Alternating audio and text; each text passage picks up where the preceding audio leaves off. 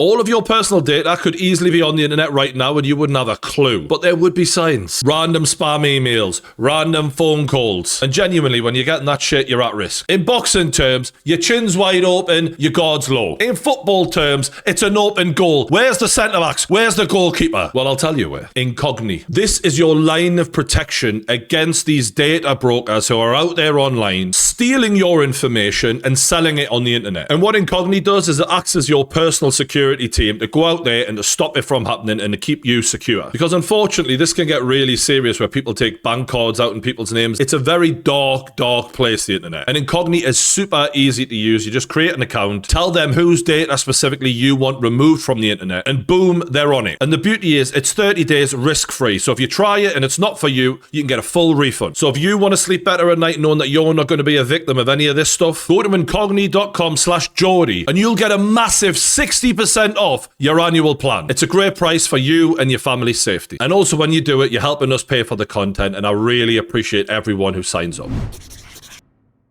Now, you'll all remember the death of Charlie Kirk a few months back. I covered it on the channel. I did my initial reaction. I did like a reaction to how people were behaving around the death, because there was a lot of people celebrating it. It was really weird. And then I also delved into some of the conspiracies around people saying maybe that guy wasn't the only shooter or wasn't the actual shooter. And at that point, I was like, all right, I think I've fully covered this story. It was one of the biggest stories in the world. I could not cover it. But to do any more videos after that, I said, would feel a bit tacky, you know? You get into a territory where you're milking someone's death for views, and that's pretty fucking low, right? Well, not everyone has that opinion, apparently. You see, since the death of Charlie Kirk, Candace Owens has been streaming almost on a daily basis her investigation into the murder of her friend, apparently. And as you can see, if you look into the views, I mean, millions upon millions of views around this thing, which is a bit weird considering they arrested the guy pretty immediately who they say did it, and Charlie died months ago now. Like, the story has not developed much since then. The only place it's been developing is inside the mind of Candace Owens and her questions that she's got. And I have to admit, I've been amazed at Candace's ability to create narratives out of thin air with no proof, pure and utter speculation. And in previous stories she's covered, like the French Prime Minister's wife is actually a man story, which even if you have some ideas that that might be true, like without any real concrete proof, how long can you go with that? It's amazing how long she can go with that. Just clawing at any little possible idea or detail that 99% of the time there is no proof, and it is just stuff that she's researched, which you just can't even connect to what she's claiming. And that was weird, right? But like, to do this about the death of someone who you claim as a friend, just milk it and milk it and milk it. It's blown my mind. It really is a fucking new low. And she's got this way about pointing the finger at people and alluding to people's guilt. But then when anyone puts the finger back at her and goes, you shouldn't really be doing that, she goes, well, I'm just asking questions. Don't shoot the questioner. And the general idea behind her theories is, I might not be able to prove my claim, but because you can't disprove it, then the claim stands. And I've just summed her whole fucking YouTube channel up in a sentence there, basically. And look, because we all love a conspiracy theory, and especially the wild and insane theory she comes out with, it does well for her. It's very successful. But there comes a point when you're pointing the finger in directions that are just so dark, you're really going to have to be held accountable. And let's just bear in mind here, this is the guy who they think did it. He is in court, you know, and smiling and laughing, not behaving like someone who's outraged that he's been wrongfully arrested here. He looks like he hasn't got a fucking care in the world. Now, Candace has said multiple times that she doesn't even think that he was even near the building, let alone the guy pulling the trigger. She's also come up with a timeline which she thinks proves that there's no way he could have been involved. The first time that we found that the courtyard was mentioned, because Charlie's speaking at events, your assumption would be they're inside, right? You have no idea where it is. So it's not like you can see whether you have a shot to the courtyard unless you know Charlie's speaking in the courtyard. Most of Charlie's events were outdoors, and anyone who's watched Charlie speaking before, 99% of the time, he's outdoors. So this theory that, well, you couldn't have known he was going to be outdoors. Well, you could. The earliest that we found that was on September 2nd. The local media mentioned on KMYU that Charlie was speaking at UVU in the courtyard. Okay. That's the first time that we found this. If I am wrong. Now, unfortunately for Candace, someone has actually done their due diligence better than her and found that on September 1st, 9 days in advance of when the event was going to take place, it was listed. Meaning, if someone did want to assassinate Charlie, they had 9 days to go and scope the area out and plan for the shot. This doesn't prove or disprove anything. I just wanted to give you a slight little idea of the way she goes about her theories that this guy couldn't have been involved. And I'm not saying he 100% did it. This is not what this video is about. But it's the speculation of, well, he couldn't have known that he was going to be outdoors and he couldn't have had enough time to prepare. Like, she's just wrong on a lot of things a lot of the time. Most of the time. She's pointed the finger for the responsibility of the shooting in so many different directions. I don't know how her audience can even possibly take her seriously. And I do think a lot of people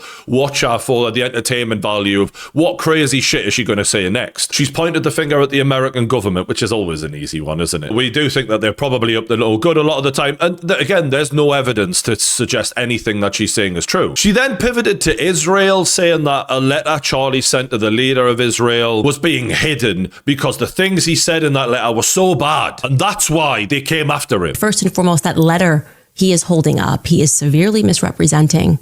Those sentences are real, but I am calling upon Bibi Netanyahu, the dear friend to Charlie Kirk, to publish the letter's entire contents. Like, don't start with just 2 sentences. Publish the entire thing. Somebody did, and it turned out that she was completely wrong. Everything he said in that letter was lovely and there was no issues, and everything she'd been suggesting for days and weeks on end on her channel was confirmed to be bollocks. And look, Charlie apparently did say other things, around Israel and his opinions and concerns that he had, but the fact that she nailed her flag to that letter and was proven so wrong, and yet she speaks with such conviction as if she knows, should just prove to people that this woman will regularly act as if she has all of the facts when she has none of them. And once again, regardless of Charlie's opinions, Candace, again, never offers any proof of her own, which is fine if you're just here to ask questions, as she claims, but she's not. She's insinuating that these people are responsible. She then pivoted again to the French Prime Minister, who, ironically, she's been accusing his wife of actually being a man in secret. I think she did 2 seasons of live streams on that. And actually, out of interest, I thought, let me give this a go. Let me see what all the fuss is about. And what you found was her just spiraling away into like a little bit of information here, a little bit of information there, and her just magically connecting it together, which it often didn't. And you're like, well, where is this fucking going? When are you going to get to the proof, like? And at that point, she'd go, and we're going to find out on the next episode. I'll see you there. And it never went anywhere. And she's now insinuating that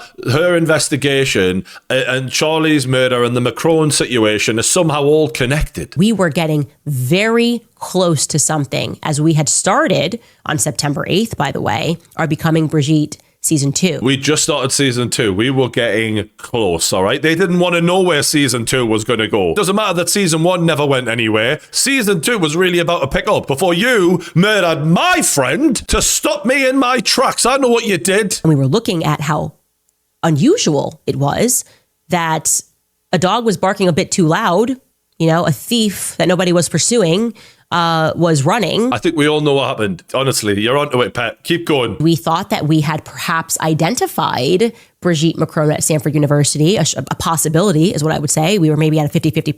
50-50. Could have happened. Could have happened. Could have been a man. 50-50. That's pretty good odds. She's done a whole fucking series on there and she's at 50%. So give her another series, she'll be at 100. And then suddenly Charlie Kirk gets assassinated, and it totally throws us off of the scent entirely because we're trying to figure out what happened to Charlie. Now I've got to do another series on Charlie, and I've got to put this on hold. I was just about to uncover Brigitte Macron's hidden penis. If only someone, and I'm not naming names, hadn't to put a bullet in Charlie Kirk's neck, I would have totally uncovered that cock. Is that a coincidence? I'll let you be the judge of that. I'm asking questions. I'm not telling anyone what to think, just asking questions. And if you want to put 2 and 2 together and make 4, you do that. 50% chance, all right? Oh, she's such a moron. But this is the thing, right? She gets all these views, and I always say to people when YouTubers beat themselves up about their views, I go, you do realize the Spice Girls were one of the biggest selling artists ever. Numbers Goodness don't mean quality. Don't beat yourself up. She then insinuated that the guys in the crowd who were wearing maroon shirts, because maroon is like a military cover, were planted there and they were all involved. No, don't shoot that down. Let's hear it out. Hear it out first. She might be onto something here. I think the person in the maroon that's walking is different from the person that's walking up the stairs. It's a gut thing, okay? I don't know, but I know. Okay, I don't know, but I know. If there's anyone's gut you're going to trust on YouTube, it's Candace. I don't know about you lot, that's good enough for me. It's the guy in the maroon, surely. Now, she didn't just stop with the maroon, guys. You see, Turning Point USA, the big company that Charlie Kirk built from the ground up, hundreds of employees, especially a lot of close friends working there. She started poking around Turning Point and pointing the finger at some of the people that she said betrayed him, including... wait for it, his own wife. I know. Can you believe it? His own wife was oh God, I can't believe it. Do you know what I mean? It's always the ones you least expect. And what's weird is after the initial funeral where Erica Kirk got on there and there was their weird WE fireworks going off, Candace was praising Erica initially. Erica Kirk, man, she really is just the moment. The speech that she gave, everybody was just wowed by her. I felt my energy personally, like last night going into that. I was effectively like soaring in the air above the convention center, like a dragon above, waiting for Erica to just be like, fire. And I was just going to come down and swoop in out of nowhere. All the politicians, all the fake people, everyone was just going to be in that moment toast. Is that a threat? Yeah, I'm not sure I was feeling the same thing. Like, it was just like a widow giving a very powerful and emotional speech. I wasn't imagining myself as a dragon above the stadium ready to burn everyone alive, but to each his own. And look, somewhere along the line, Candace, she started spotting things. She started seeing patterns emerging. She started feeling something in her gut. That led her to completely 180 towards Erica Kirk and start insinuating some pretty dark shit. Nothing in Charlie's life was real. It's just something that keeps me up at night. Just nothing in his life was real. The person who's edited this has literally quoted the tweet where she says, Charlie was betrayed by everyone. Everyone. That's not vague. Do you know what I mean? Nothing in his entire life was real. You're not just talking about his business. You're alluding to his wife. We fucking know what you're saying. And she is very good at this, because when people try and pin her down later, she goes, I never said that. Even when she does say it, and we'll get to that in a bit as well. When you think that this woman, Erica Kirk, and I know she's had a lot of criticism, she's obviously been forced to watch her husband die in the most brutal way online, shot in front of everyone. I don't think a lot of people kind of give enough credit to the fact of how fucked up that must feel for her, knowing her little babies are going to have to grow up and say that. And as someone who knew Charlie, you just think about how gentle you'd want to be with his widow post his murder. And yet this woman is saying that your relationship was bullshit. I find that amazing. Looking to me like the apparent plan was to assassinate Charlie Kirk, who had at long last faltered on the pro-Israel cause, okay, his words, not mine, and then to stage a hostile takeover of his brand and of his legacy.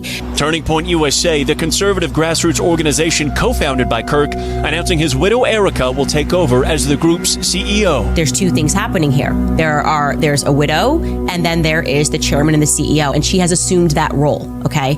So criticisms pertaining to anything at Turning Point USA that are being directed at Erica are fair. Yeah, I'm putting the fire here right at the feet of Turning Point because I am disgusted. The insinuation here is that Erica Kirk is Scar in The Lion King. I got rid of this guy so that I could take over. And I get that, like, some of Erica Kirk's behavior post Charlie's death has left a lot of people a bit puzzled. But to make an allegation like that, and she is saying it, come on now, we fucking know exactly what she's insinuating here. Without proof, like, you make an allegation like that, you better have fucking rock solid proof. It's insane. And she is mental. I am genuinely disgusted. I am looking around and wondering whether Charlie's entire life was the Truman Show. None of you guys are behaving in the way that you should be behaving. That's another fucking knock on Erica, for sure. And credit to Milk Bar TV, this guy on Twitter, he pieces all of this together. He's brilliant. I'm starting to think that the assassination of Charlie Kirk was something akin to a regicide, right? The assassination of a king to install a new ruler who the king would have never approved of. He left me a blueprint in all of his journals, but more so than that, I was his vault for literally everything. He shared everything with me, his vision, his dreams. In the event of his untimely death, like, he just, in the third notebook, he was like, oh, and if I accidentally get shot on campus, here's what you should do. Call Erica, and then after you call Erica, come find this notebook. And in this notebook, you'll see that I am using adjectives like fantastic and heroic to describe Mikey McCoy. My husband's chief of staff, the amazing Mikey McCoy. Why are you doing that? Why do I feel like you're trying to program me? And if during this process of our imagination, common sense comes on and we're like, but wait, Charlie, wasn't he like a boy genius? He's a pretty bright kid. Wouldn't he have maybe formalized that succession plan outside of like a diary? Maybe call one of his many lawyers? Maybe formalize it in a will, because that's what you're supposed to do if you are thinking about dying and you need to make a plan. You make a will. I'm sure he had a will, but no, he wanted to put it in these notebooks. And then the plan was to guilt us, I think, to try to haunt us with the ghost of Charlie's notebooks that we're never going to be allowed to read, but we're supposed to accept that they most definitely read. The cheek of this woman knows no bounds, by the way. This man married this woman. You don't need a fucking will when you're married. Like, it's automatic. And everyone around him clearly seemed to know how much he loved this woman. That's why he had children with her, for Christ's sakes. And for you, sitting there disputing, what he's written in this diary as if she's concocted it, has she? She's gone and written it up. We'll have him killed. Don't worry, I'm already on it. You have him shot and I'll fucking do the rest. That's what she's getting at here. This man spoke openly in dozens of interviews about the love he had for his wife. Whatever people think about his wife, that ain't up for debate. He loved her. The way he spoke about her, it was unequivocal. And she's now claiming that because there's not a will, and I need to read the diaries now. They're not fucking yours, right? This entitlement she has to be able to snoop through everything is weird, as if she is the person we all have to go to prove everything to. The man's dead. He wore a wedding ring for that woman and he fucking looked after her and the kids, and he wants her to assume that position because she was his partner in life. And that is not up for you to fucking challenge at this point. Based on what? Based on a hunch? Based on your gut feeling? You're 50-50, are you? I find her just so disgusting, man. She knew this boy. Like, they were young when they were first getting started in this. He looked out for her. He spoke very nicely about Candace. Can you imagine? He'd be turning in his fucking grave if he knew she was using her platform on a daily basis to say shit like this about his wife. And this is saying a lot. We've seen a lot of like horrible, nasty shit online, right? YouTube's full of just backstabbers, right? But this is like, it's so gross. I am told that these people believe the official narrative. Lone shooter. No one else involved, just a crazy guy with too many pronouns in his bio. To have seen the autopsy report, to have seen the different evidence portions that have been collected, I trust our team. Hey, 1963 called and they want their narrative back. All that's missing from the story is a grassy knoll, right? He's referring to the JFK assassination. So because they believe the official story that the police have told them, they're also involved in Charlie's death. They're covering it up. Anyways, back at headquarters, I am told it's business as usual. And it's kind of giving me like, I don't know, LBJ when he gets sworn in that famous picture. Unfortunately. This was obviously the guy who took over from JFK after JFK was assassinated. Unfortunately, of course, he's sad in this photo. Gosh, he's obviously not wanting to be the president of the United States. JFK was shot and killed, and now LBJ has to step up, unfortunately. But I gotta be honest, I wasn't there. I don't think LBJ was actually that upset. I don't know why. Vibes. The vibes just aren't vibing for me in that picture, but maybe he was. And she's drawing a direct comparison here, saying that Erica Kirk, insinuating again, and actually it's so gutless, like if you're going to say it, just fucking say it. She's insinuating that Erica Kirk is not reluctantly taking over as CEO, but it's what she wants. And it's what she would have wanted the whole time. And that she's actually glad this all happened. That's what she's insinuating there. And I understand people can point the finger at Erica Kirk and say it's a bit weird, some of the graving and whatever, and, the fireworks at the funeral. But that's an insane accusation to make when you have no proof whatsoever. It becomes clearer and clearer. It just screams at me that this was an inside job. Inside job. That's a direct allegation, that, towards Turning Point, towards Erica Kirk. The word inside job means you were involved in the assassination of Charlie Kirk. That's not asking questions. That is very clear what she's saying here. Now, funny old thing, Turning Point, eventually, after trying to turn a blind eye to this fucking raving lunatic for as long as they could, they just said, look, come on the show, we'll fucking debate you, we'll tell you everything we know, we'll have it out in front of everyone. If Candace is available, we would sincerely welcome her participation in that live stream at our studio here in Phoenix. At this point, we believe the ball is back in her court. Considering that these people have been being accused of such horrible things by Candace, I think that that was a lot more than she deserved. And a very classy way to approach it, considering. And Candace accepted. So I accept it with whistles and bells, everything.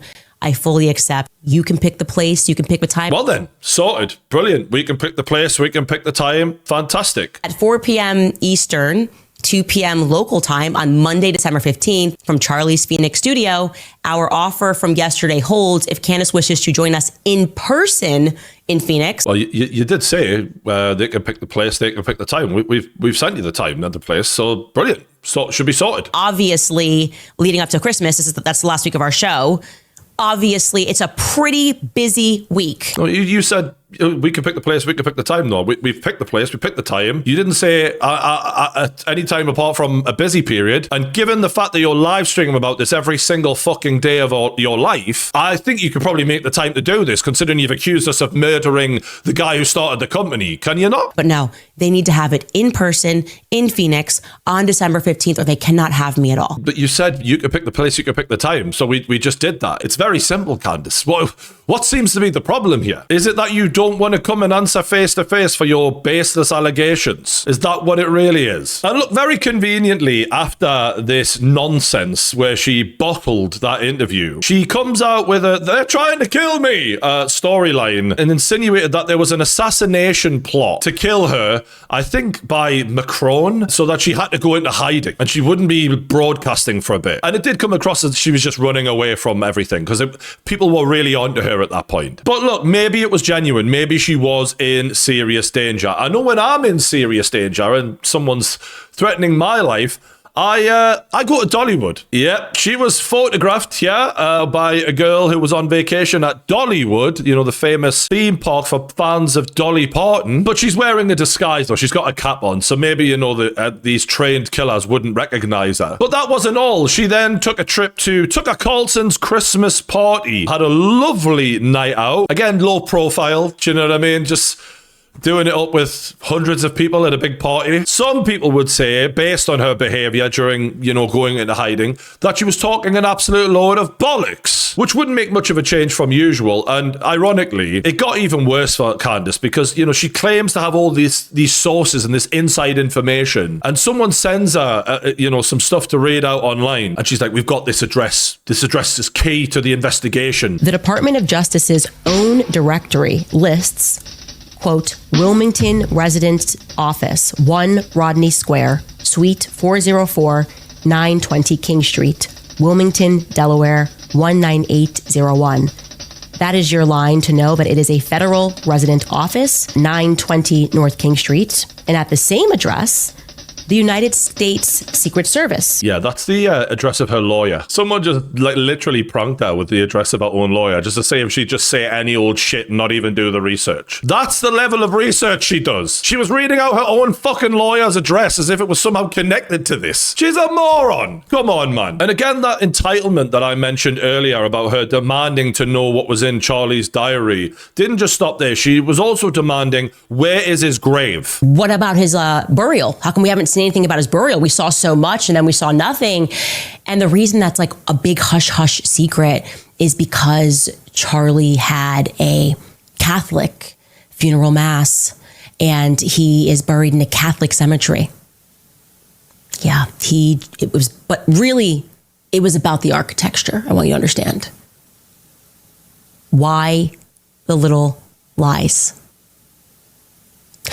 I think we can only speculate that it's because they're worried about the money, right? They do not want to upset the very same people who were pressuring Charlie Kirk. I think they insisted and are pressuring them, as we are hearing, to maintain the idea that Charlie died pro-Israel. She's trying any which way she can to come up with a reason why they were private about where Charlie Kirk's body is buried. And she somehow brings that back to Israel. Now, Erica Kirk was actually asked about this in an interview, and she did respond. Can I have one thing? Can I have one thing? Can my children have one thing? Everything was public.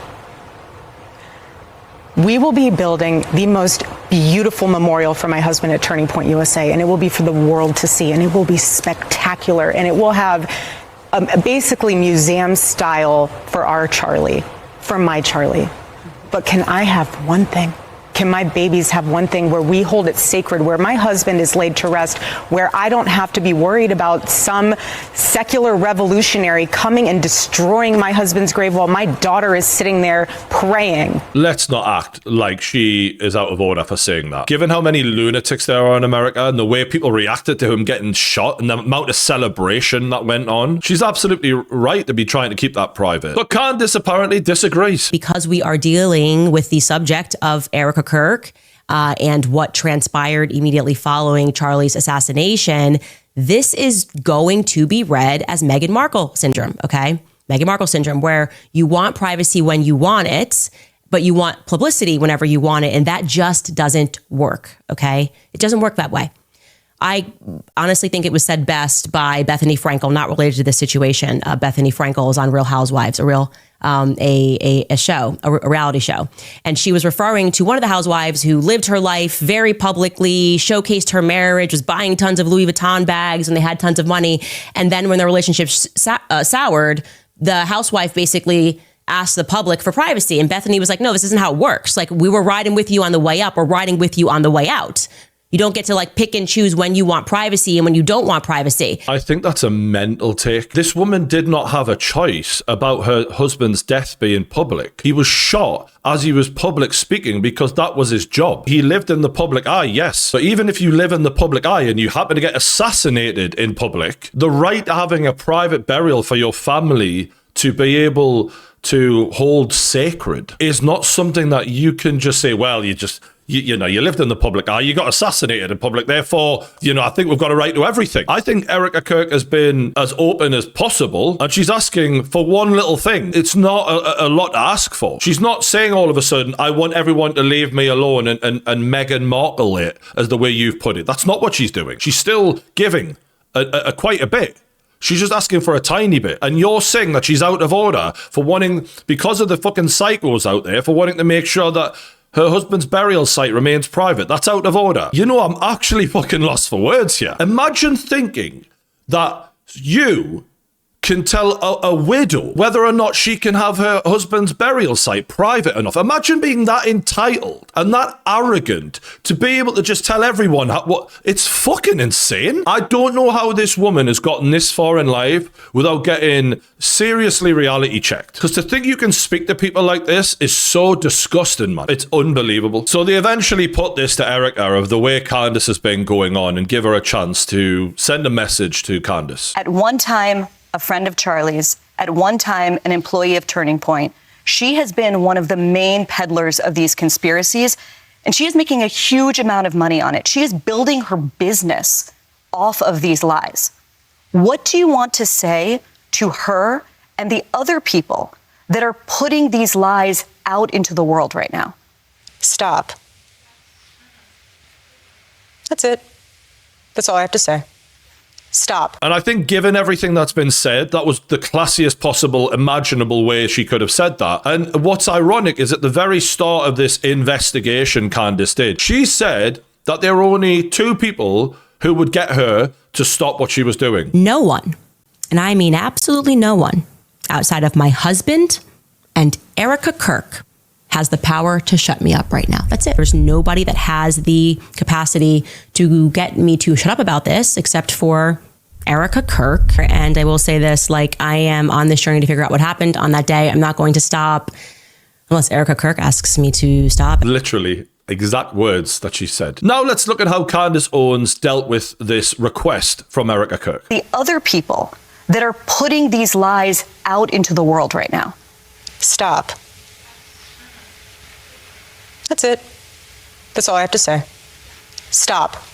But she says, I'm lying. And Erica responds, and her answer to what do you want to say to the podcaster Candace Owens, who is lying, is stop. So Erica would like me to stop lying. You see what you did there? Erica didn't say stop lying. Erica just said, can you just stop? Meaning, obviously, you're making daily live streams about my husband's murder. Just stop. Give me a fucking break. Like, you've gone on and on. It's beyond a joke. That was very obvious. And she's rephrased it. Oh, it stopped lying. It stopped lying. It stopped lying. So that she can straw man the argument and then go, well, I'm not going to lie. I'm not going to lie. So that she doesn't have to go back on what she said previously, which is, if she says stop, I'll stop. Now she's rephrased. She's changed the words so that she can carry on making money out of this. I would like to honor that. Okay.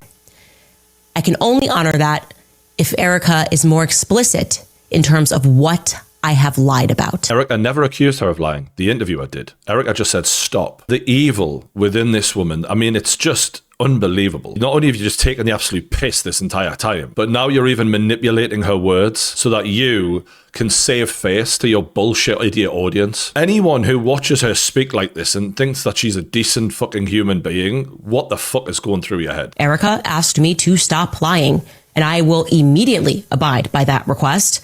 You know, Candace is lying. What do you want to say? Please stop. Please stop lying. I understand. I comprehend. What I don't comprehend is what I've lied about. Have I made errors along the way? Yes.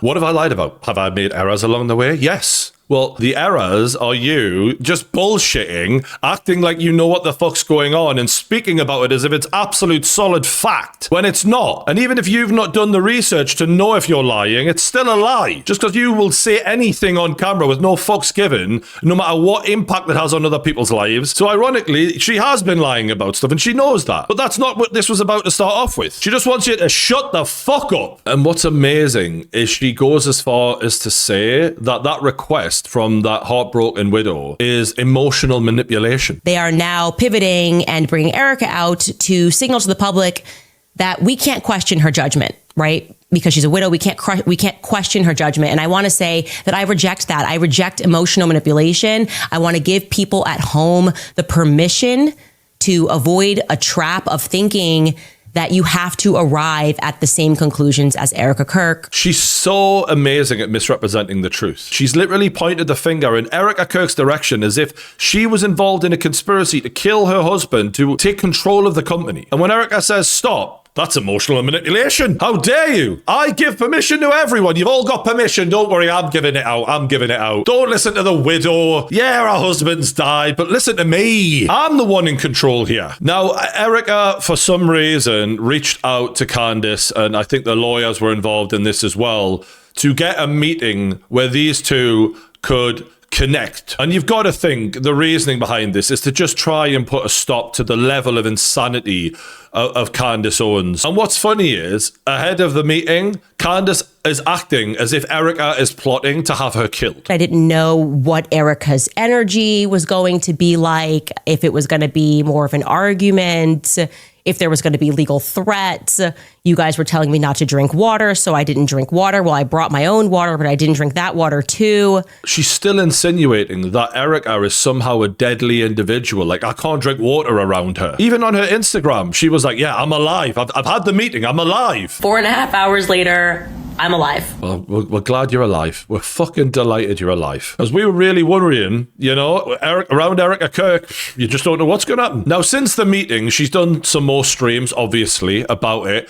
And you've got to bear in mind that she's been saying for months now that the guy they've got in custody for the murder of Charlie Kirk, he not only did he not pull the trigger, he wasn't even there. And it seems as if despite an amazing investigation, she's pivoting a bit since the meeting. And I offered that a more honest way to communicate would be to say, we think he's involved. We feel strongly. I've said that. I think he's involved. So she thinks he's involved now, apparently. Well, let's just go back to a previous interview. Or the alleged shooter. You think they're a patsy. Of course, they're Patsy. I mean, come on. It's just so dumb. He wasn't even on campus that day. They can't show us one clear image, not even one. All of these cameras, Turning Point has everything in 4K. So shouldn't you have caught the shooter on the roof in 4K? Like, you had cameras everywhere that day. Every inch of that campus So do you is think covered. that was someone else that was running across? Absolutely. It wasn't Tyler? Absolutely. Okay. But apparently, he's now involved. And it's so ironic that she's saying to people, without any evidence, I just can't believe that Tyler Robinson was the shooter. When she does the exact same thing on her channel on a daily basis. She comes up with theories, opinions as fact, without any evidence, and expects people to believe her all the time. She's been pointing the finger at Charlie's close fucking friends, colleagues, his wife, and now you're meeting up with Erica, who you think is this evil person, clearly. Oh, we're sharing information. Well, why would you be sharing information for someone that you know is guilty of some seriously dark things? Or are you just talking out your fucking arse as usual, making it up? The level of hypocrisy it's unfathomable. And she's put this tweet out after the meeting as well, saying, we don't believe Tyler Robinson acted alone. And it's like, you're fucking changing your tune so much here. And after the shit you've been coming out with, you can't do that now. You can't do a 180 and be like, oh, well, maybe you... No. Not when you accuse his fucking wife and friends and colleagues. Now, all of a sudden, you do believe some of it? This woman has no credibility whatsoever. And she's just been on Piers Morgan and really nailed that well and truly. Obviously, for this to have been pulled off, there had to have been multiple people involved. There had to have been people at Turning Point that were complicit in having this happen. I didn't say that they murdered Charlie. You said that people at Turning Point were complicit in his murder. No, my exact sentence that I said was that there were people at Turning Point who are engaged in a cover-up. No, you didn't. I believe Sorry, that you didn't. thoroughly. Candace, you didn't say that. You said literally. I did say that on my entire You said show. there were people at Turning Point complicit in his murder. She's fucking believable, man. Honestly, this is absolutely insane. She will just lie straight to your face, and then when you pull her up on it, she'll be like, no, I didn't say that. I didn't say that at all. Anyone who watches this chick's channel and takes her in remotely seriously, you need your head checked. And one thing I'll give Piers Morgan credit for, is I've been critical of him in the past, but he really did put it on her about conspiracy for cash, right? We've seen what happened with Alex Jones in the past, and he built an empire, and some of the things he said were true. I think a lot more of what Alex Jones said was true than fucking Candace Owens. But it can become an addiction when you're getting all these clicks and you're making all this money and you're losing control. And Piers questioned her on the level of money she's making. The reason I told the Alex Jones story is he did incredibly well out of Sandy Hook with his investigations. But as was established in the court case against him, brought by the families eventually, and I think we're going to see the same thing with Brigitte Macron and you, is that he was weaponizing deliberate lies for money. And I think you Brigitte did that. Macron has a penis. I really want you to know that. By the way, she is being sued for defamation by the French Prime Minister. And ironically, before that, she was like, well, if I'm lying, why have they not sued me yet? They've just fucking sued her. So, and look, Turning Point should be fucking suing her as well. Brigitte Macron has a penis. No, she doesn't. I'm sorry. She had 3 children. Did she get it removed? She had 3 children. Yeah, you can have adoptive children. You can call somebody, but You can call someone. Oi, give me your kids. Was born a dude named Jean-Michel Trogneau. Well- And I just feel, I want you to know that. I want you to know that Brigitte Macron. Genuinely, I watched enough of her bullshit series about this to tell you there's not a shred of real proof of anything she's saying. Not one. There's some old photographs of someone. There's no fucking proof. A lot of people, from Tim Pool to the New York Post to others, who've come out very stridently in the last week, and say that's exactly what you've been doing with Erica Kirk. Yeah, but you haven't answered the question. So this is just made up. As I said, this is just all fluff. You're suggesting that I'm making money. Did I sign a new advertiser? Are we reading more ads? Do we put this somewhere else? Do we Well, sign the more a book views deal you get on YouTube, the more money you did I make. sell a T-shirt? Okay, but like, come on now, Piers. Money on YouTube? Are you kidding me? I was already in a top 10 podcast globally before Charlie Kirk was assassinated. And if you think that I would want my friend to be assassinated so I could go from being in the top 5 to being number 1, you're out of your mind. No, but he's not insinuating that you wanted it to happen. He's insinuating that you are capitalizing on it by making nonsensical bullshit conspiracies to keep people listening to you. And let's not act like she hasn't made an entire fucking career out of doing the same thing. Absolutely. If you want to make a couple of episodes and question what really happened here, I think that makes sense. The level of milkage that we're watching here, going over and over and over and just going nowhere. for hours and hours and hours on end with nonsensical theories and a total lack of proof. To say that you're not doing that for money when your views are absolutely insanely huge and you're clearly being rewarded for this, as you have been beforehand, for things that you said were untrue and you're now getting sued for. It's so blatant what she's doing. Because someone who was an actual friend of Charlie would not be behaving like this. You claim to be a friend. If you did have certain questions, certain things, you would have gone to Erica directly in private, alone, and showed her the respect that she deserves as his wife. You didn't want to do that. You wanted to turn it into a big fucking circus and accuse everyone you could fucking possibly think of, because that is what pays your bills and keeps her relevant. And she is extremely addicted to that. I need to be relevant. I need to have everyone watching me, and I'll say any crazy shit to ensure that happens. Everyone who is saying that I'm making more money cannot say how I'm making more money, because it's just not true. You're making more money because you get more views. Fucking simple as that. So you're like, oh, she got a bump in viewership talking about Well, Charlie. are your As YouTube did numbers everyone up? in the world, because it was a public assassination. And guess what? We all had a couple of videos on it because it was the biggest news in the world, and then we thought, time to move on now, isn't it? The guy's dead. Maybe let him rest in peace. But not you. Candace, are your YouTube numbers up since you've been doing the Charlie Kirk investigations?